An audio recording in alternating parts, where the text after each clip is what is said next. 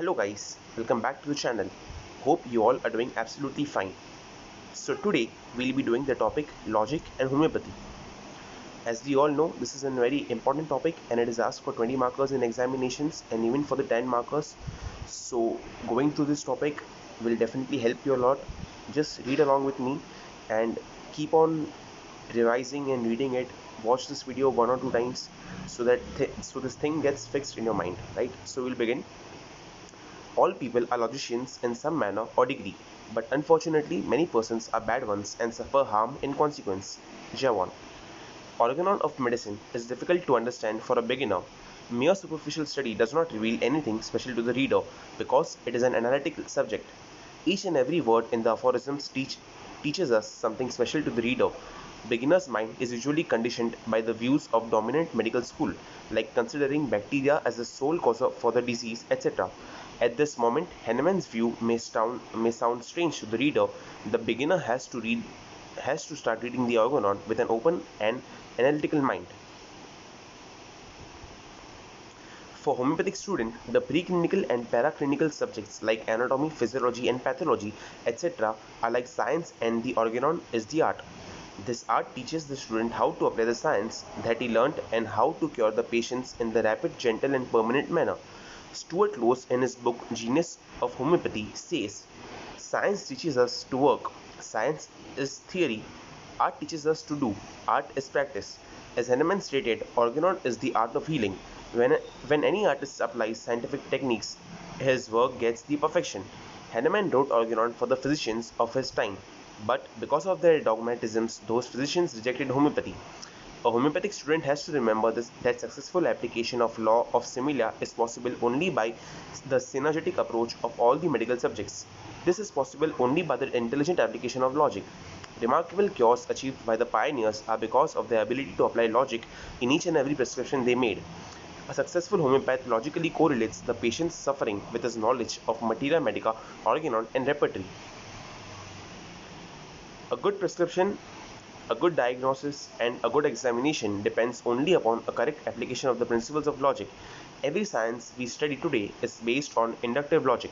Even homeopathy is constructed and based on the inductive logic. Let us understand what is logic and how homeopathy is based on inductive logic. Logic. The word logic means the science and the art of reasoning.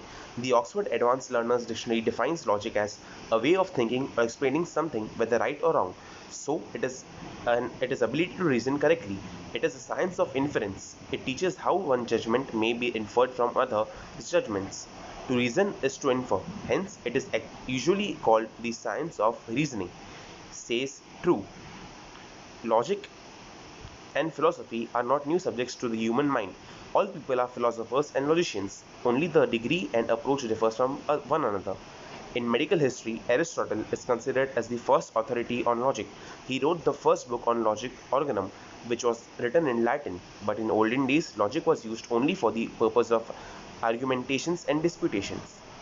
Logic helps us to discover the truth from drawing conclusions from different premises. A premise is a statement or an idea on which the reasoning is based. An inference is a conclusion reached on the basis of available facts. There may and can exist but two ways of investigating and discovering truth, says Bacon, the father of inductive logic. There are two logics to arrive at the conclusions. One, deductive logic, and second, inductive logic. First, deductive logic. It is a method of logic, a process of reasoning from generalized premises to particular inference. Here, a particular conclusion is drawn from universal or general premises. If the general premise is true, then the particular conclusions derived from this premise must also be true. The conclusion of the deductive arguments never goes beyond the agreed general premise. Example 1. A general premise: all medical students are intelligent. Second, Rama is a medical student.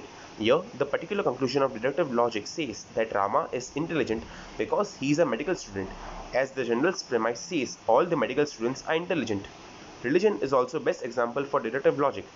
René Descartes, a French philosopher and mathematician, is considered as father of deductive logic. He influenced the orthodox school by his logic. Deductive logic is also called as the subjective or idealistic logic. So here we see a common chart. Generalized premise, example, all the medical students are intelligent, which inferences to a particular inference. Example, Rama is intelligent because he is a medical student. Example, Sita is intelligent because she is a medical student, which hence defines all medical students are intelligent. Inductive logic. It is a scientific method that proceeds by the process of induction. It can be accepted only by experience. Hence, the inductive logic is called the logic of truth and reality. Lord Francis Bacon is considered as the father of inductive logic. John Stuart will further develop this system in his work, The System of Logic. This procedure draws universal conclusions or inferences from the experience based on particular premises. This logic proceeds from particular premises to generalized or universal conclusions. In this logic, before we make any conclusion, classification and generalizations and spin theories, we must be sure that we have reliable facts. Example 1. Particular facts. Rama is intelligent. He is a medical student. Sita is intelligent. She is a medical student. Somu is intelligent. He is a medical student. Example 2. Generalized conclusion. All medical students must be intelligent.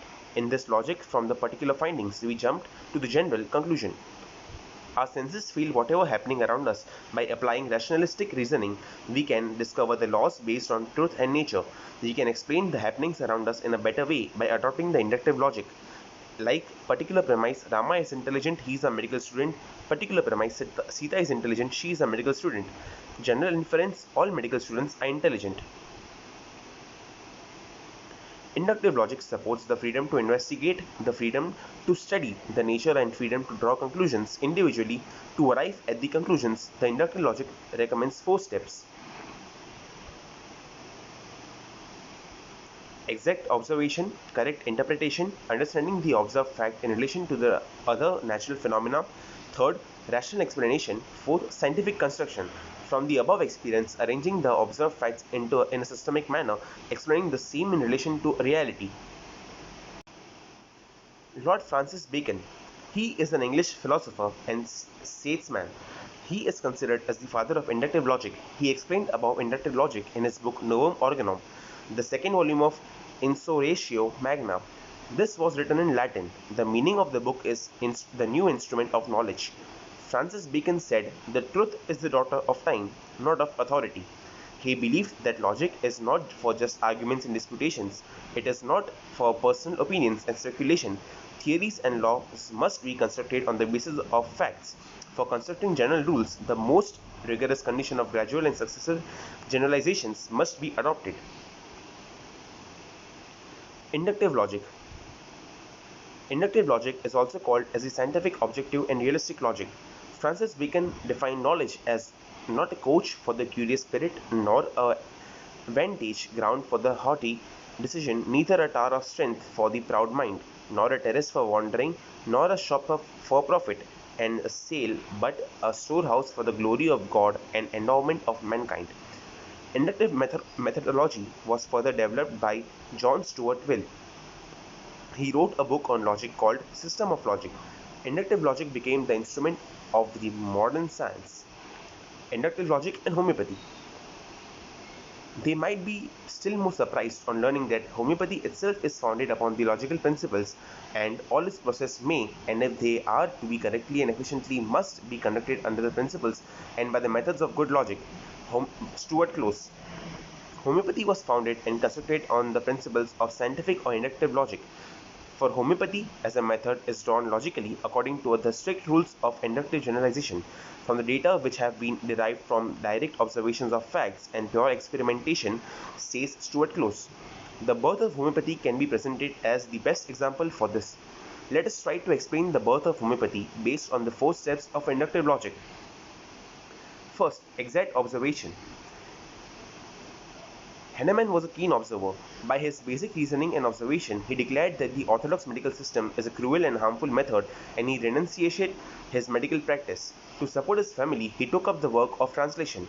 The investigative mind of Hahnemann was not happy with the statement of Dr. Cullen in Treatise of Materia Medica. It was written in a small footnote of the book that cinchona bark cures malaria because of its bitterness. Though his work was to translate the books, the curious mind of the Hahnemann wanted to investigate the truth behind the cinchona bark episode of the Cullen's book. Only his intelligent observation led to the birth of homeopathy. Correct interpretation. Hahnemann experienced the effects of cinchona bark on his own body. He was convinced that the cinchona bark has the capacity to produce malaria-like symptoms in a healthy human body. Taking his experience as a particular premise, Hahnemann wanted to verify the same on other fellow beings. As he expected, all of them were attacked by malaria-like symptoms. Considering each person's experience as a particular premise, Hahnemann came to the general conclusion that cinchona bark causes malaria because it has the capacity to produce malaria in healthy human beings and not because of its bitterness. Third, rational explanation. Without making a hasty decision, Hahnemann went through the medical literature and found that this law of similia was known to ancestors. He came to know that his predecessors like Hippocrates, Paracelsus, and Stahl, etc., used the law of similia occasionally. Hahnemann wanted to apply this same law on other medical substances. He proved various drugs on himself and on other fellow healthy human beings and found his experiment showing universal results. Considering each medical substance as a particular premise, Hahnemann considered the generalized conclusion that the drugs cure diseases because of their capacity to produce the same in healthy human beings. This generalized conclusion in the later years became the law of homeopathy. Fourth one, scientific construction. Based on his experiments and research of the literature, Hahnemann could confidently state that medicines cure diseases because they can produce similar disease in healthy individuals. After 6 years of experiments, Hahnemann in the year 1796 came out with his first essay on homeopathy, an essay on a new principle for ascertaining the curative powers of drugs and some examinations of the previous principles. So, if we consider the experiments of Hahnemann on different individuals as the particular premises and the construction of the law of similia similibus curenta as the general conclusion, we can clearly state that homeopathy is based on an inductive method of logic.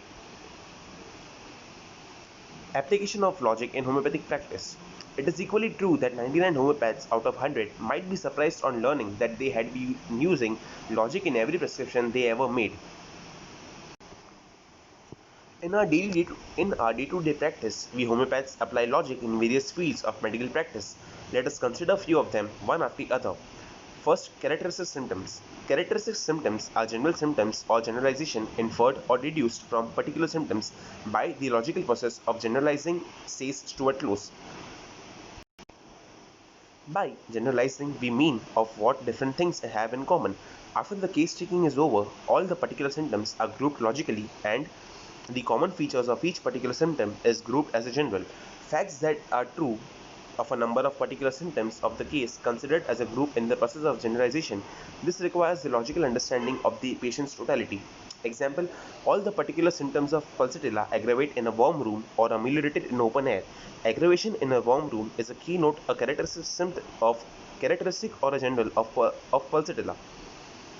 Second, pathological unity of symptoms. Disease is known by its symptoms. It is nothing but the pathological abnormality. So, logically, disease is nothing but the pathological unity of symptoms.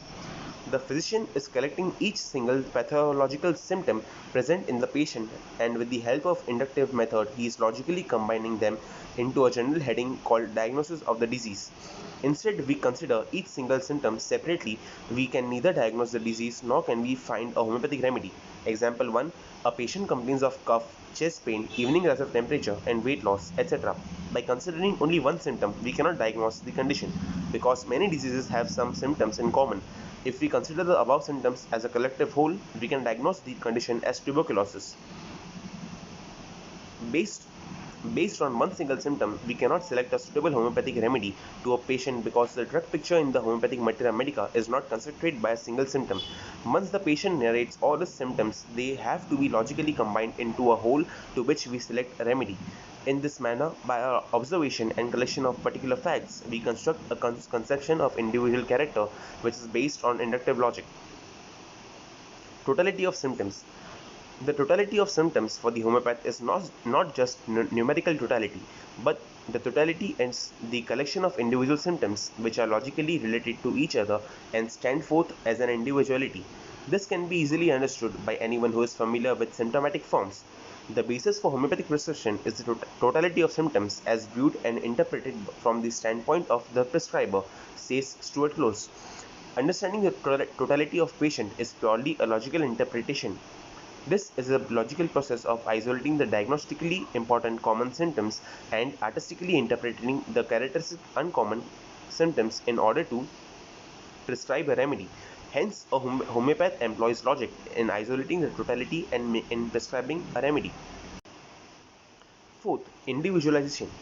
To arrive at the individualization of a patient, we need three steps.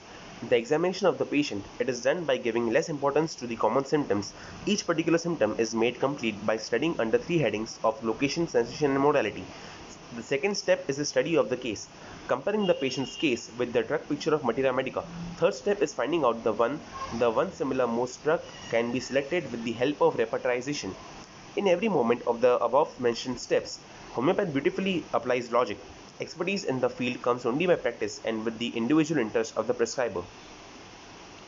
In order to perform successfully the various processes that make up the work of homeopathic prescriber, he must use his reason in a scientific manner, that is logically, for logic is the science of reasoning, says Stuart Close. Fifth, the art of generalization. A homeopath deducts the general symptoms from the data collected from the patient. Here he must be able to pass a logical statement on the value of symptoms. Sixth, generalizing the mental state of a patient. This is the most difficult of all. This demands the exercise of the highest intellect of the physician. In most difficult cases of nervous and mental diseases, the physician must be trained psychologist and a logician. Seventh, law of causation. Science believes that every effect has a cause, every disease has a causative factor, but the problem rests in identifying the cause. That cause. In identifying the exact basis of the cause of diseases, the physician depends upon the logical analysis of the case. Homeopathic treatment is aimed at removal of the remote miasmatic cause of the disease and not at the proximate cause like bacteria and other microorganisms. Inductive method in science is culminative and evolutionary. The logic has to be applied by the homeopathic physicians at each and every step of his practice. The successful prescriptions made by the pioneers are derived from their logical interpretations of the patient and his suffering. Mere mechanical comparison of the totality of the case with that of the drug pictures of materia medica is not sufficient. Logical interpretations of the cause of the disease is in the light of the psychoanalysis is the only way to successful homeopathic practice. Okay, so with this said, we have finished the topic of logic and its homeopathic utility. A very important question for 20 marker in the examinations of MUHS and other boards as well. So if you have been with me till here and if you have liked the video, please do subscribe to my channel. It will motivate me to make more and more videos. With that said, goodbye, stay safe and take care. Thank you.